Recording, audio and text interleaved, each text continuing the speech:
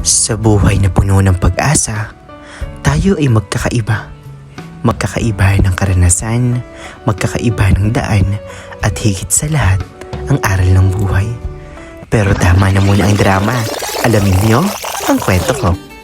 Ako, si Allen Aguilar. Tara, samahan mo ako. Alamin ang kwento ko.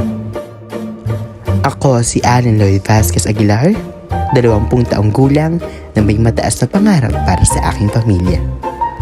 Ako'y isinilang na walang gintong kutsara sa bibig, kaya bata pa lamang natuto na ako sa buhay. Ngayon, ako'y nag-aaral sa Bulacan State University at isang eskola ng bayan. Isang karangalan na makapasok sa ganitong paaralan. Bata pa lamang ay alam ko na kung sino at ano ako. Ako ay parte ng baghagharing komunidad. Masaya ako na naging parte ako rito dahil tanggap ko kung sino ako. 4 nga pala kaming magkakapatid at ako ang panganay. Bilang panganay, lahat ay gagawin ko para sa aming magkakapatid. At yan nga pala ang nanay kong nagaganda-gandahan. Ang pagmahal ng isang ina ay wala nang katumbas pa.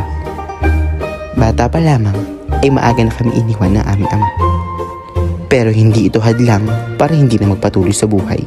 Dahil bata pa lamang ay tinuruan na ako ng buhay na kung saan lahat ata ng racket ay pinasok ko na.